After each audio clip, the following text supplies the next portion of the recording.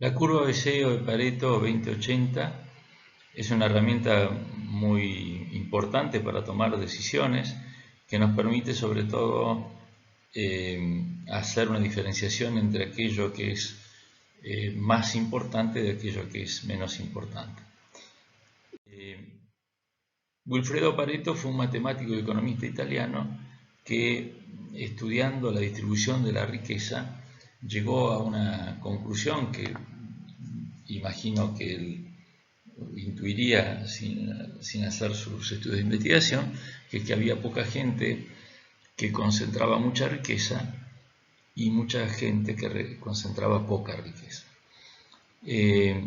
Esto después se extendió a una multiplicidad de áreas, de conceptos, de disciplinas, donde podríamos resumirlo, como dice ahí, diciendo que pocas causas provocan muchos efectos y muchas causas provocan pocos efectos. Y acá en este gráfico se pone como ejemplo, justamente el ejemplo, fíjense que no es 20-80 porque no tiene por qué ser 20 más 80 igual a 100. El ejemplo que estamos viendo es 20-70. ¿no? Bueno, este gráfico, donde en ambos ejes tenemos porcentajes, estaría mostrándonos que el 20% de las causas de algo representan el 70% del fenómeno.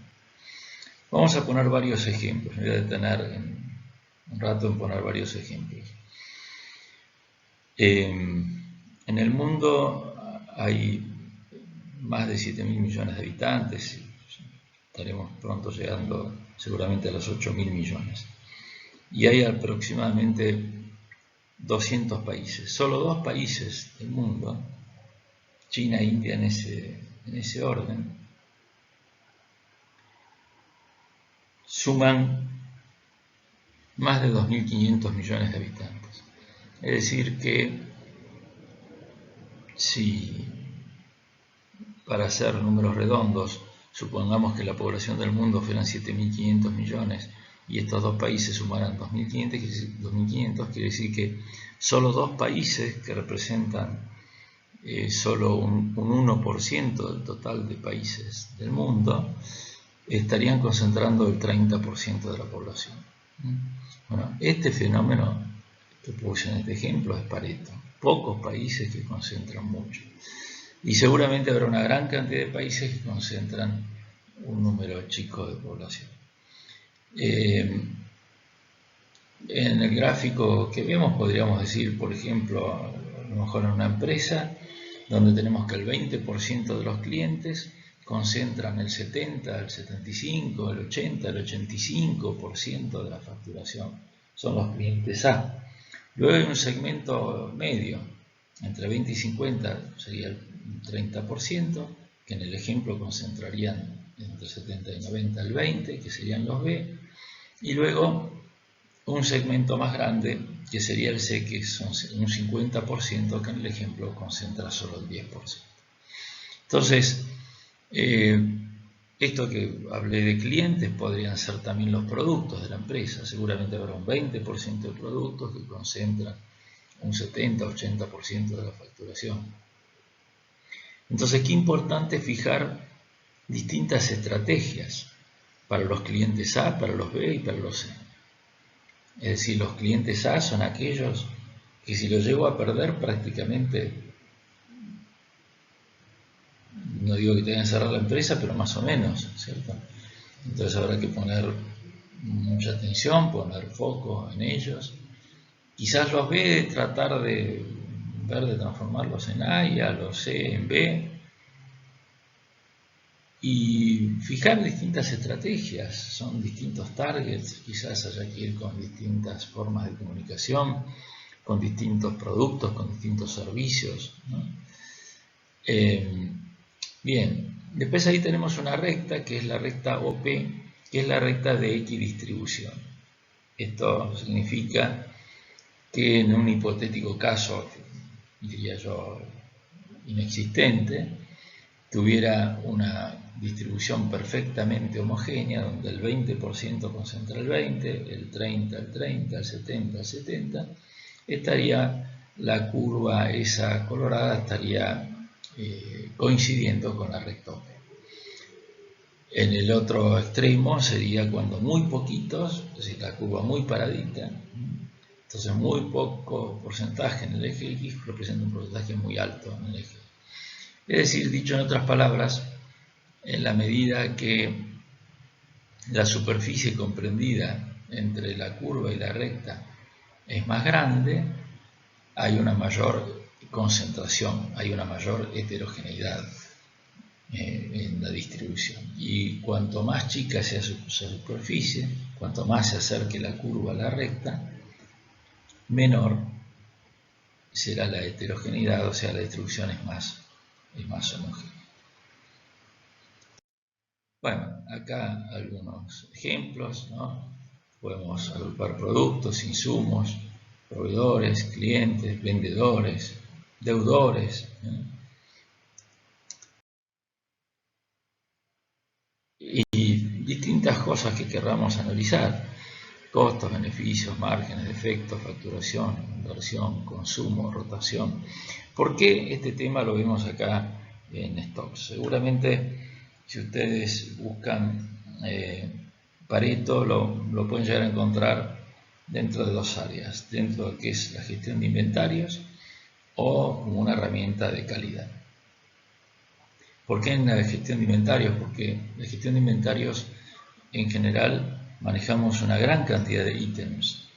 Entonces, tener una curva ABC nos permite fijar distintas prioridades para esos ítems, distintos tratamientos. Seguramente que va a haber una cantidad razonablemente chica, un porcentaje razonablemente chico del total de ítems que concentra un porcentaje muy grande del dinero invertido en ese inventario, en ese depósito.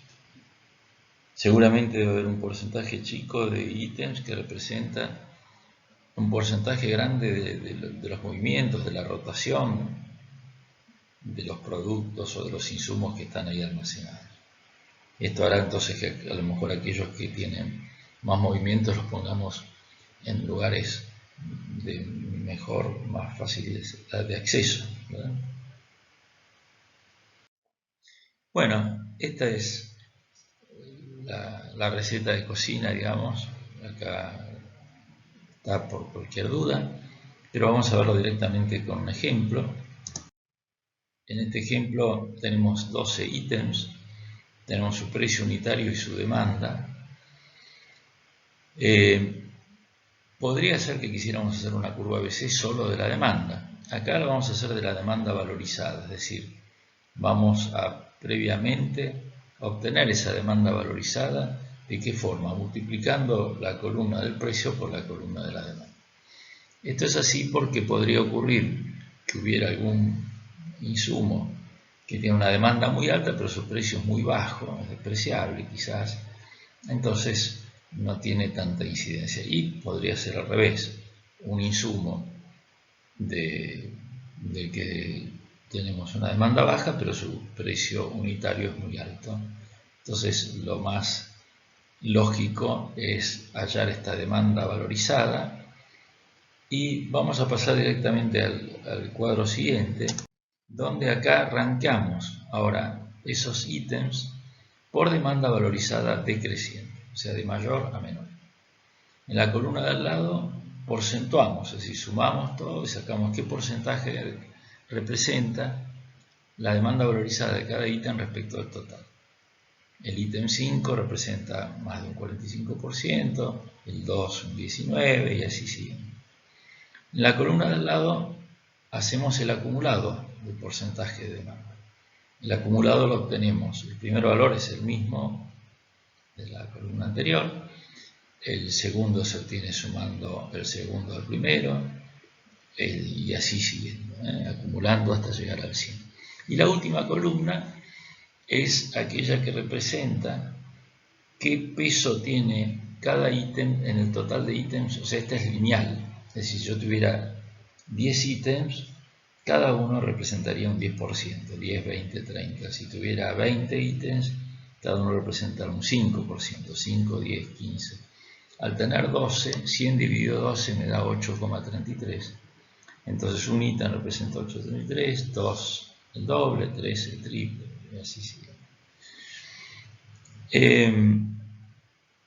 Bueno, ahora viene la parte, digamos, que es un tanto arbitraria, que es cómo clasificar en A, B, C.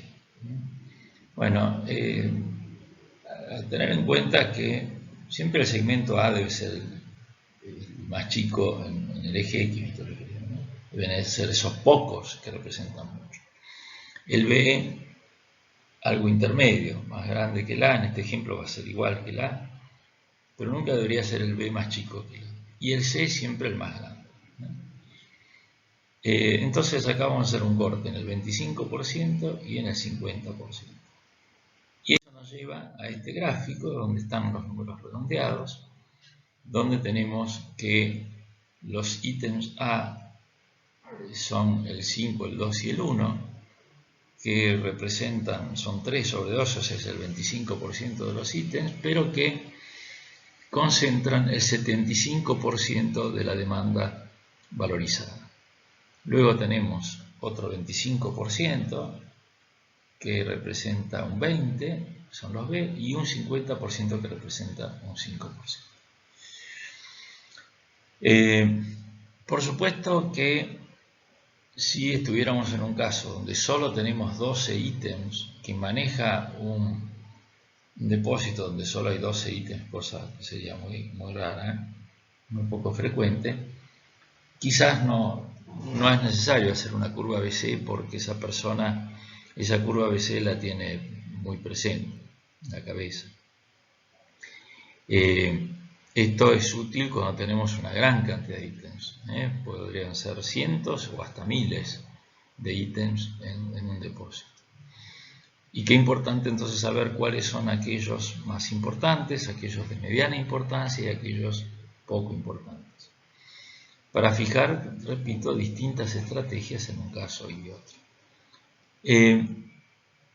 Podría ocurrir incluso que si hay muchos ítems tuviéramos un segmento adicional, A, B, C, D, donde en el D tendríamos los menos importantes de los menos importantes, ¿no es cierto? Y entonces clasificados de esa forma estos ítems que nos permitan tomar decisiones. Incluso se podrían hacer varias curvas ABC. Y yo recomiendo hacer curvas ABC de todo lo que está a nuestro alcance. ¿Cuáles son nuestros principales clientes? ¿Cuáles son nuestros principales productos? ¿Cuáles son nuestros principales deudores? ¿Cuáles son nuestros principales vendedores? Eso nos permite saber dónde estamos parados y fijar entonces distintas estrategias en función de esto. Volviendo al caso de los stocks, se puede hacer a lo mejor una curva ABC que tenga en cuenta la demanda valorizada, otra que tenga en cuenta, como decía antes, la rotación de los productos, otro que tenga en cuenta el volumen. Entonces aquellos ítems que son A en demanda valorizada, que son A en rotación, que son A en volumen, que son A en peso, son aquellos que poniendo foco en ellos puedo resolver gran parte del problema. Es decir, un poco resumiendo, la curva ABC que apunta poniendo foco en este caso a la cuarta parte de los ítems, estar atendiendo las 3/4 partes del problema. Bueno, otras aplicaciones, clasificación de proveedores, de productos, de artículos almacenados, de clientes, un poco ya las hemos mencionado. Control de gastos e inversiones, vendedores, eficiencia de instalaciones, problemas de mantenimiento, ausentismo, las causas de ausentismo, análisis de tiempo, cuentas a cobrar. Y acá queda propuesto un ejercicio para hacer.